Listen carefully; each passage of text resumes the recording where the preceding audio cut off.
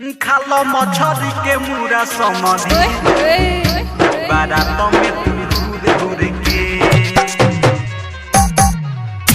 बारात में तू डीजे कंचन राज मुजफ्फरपुर हो खालो डीजे कंचन राज मुजफ्फरपुर खालो मछरी के मुरा समधी बारात में तू घूर घूर के खालो मछरी के मुरा समधी बारात में तू घूर घूर के हो खालो मछरी के मुरा समधी बारात में तू घूर घूर के खालो मछरी के मुरा समधी बारात में तू घूर घूर के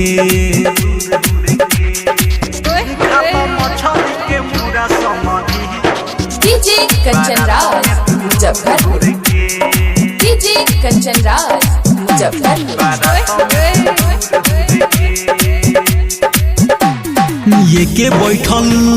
ठूसय समधी मछरी के मुरा तू निहुर के एको पीस जहदी जे छुटी धास पिछुआरा में हुर के जेता ना खाए के बतू खाला दीदिया ला अपना थोड़ा धोल काहे बैठल बाद टंगरी पसार हो पासा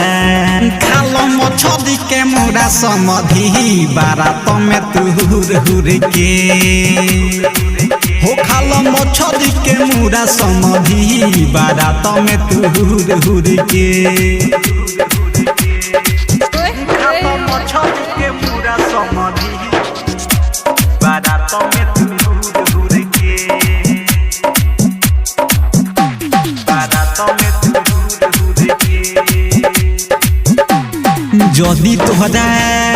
दिक्कत होई समधी हमारा से एक बेर कही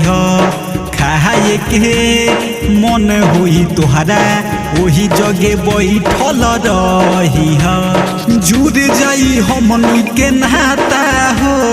बैठ परोस दी पाता हो नाता में लगब तू सतिया के सहार हो अरे सा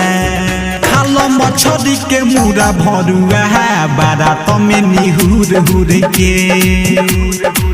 हो खालो मछरी के मुरा समधी बारात में तू हुर हुर के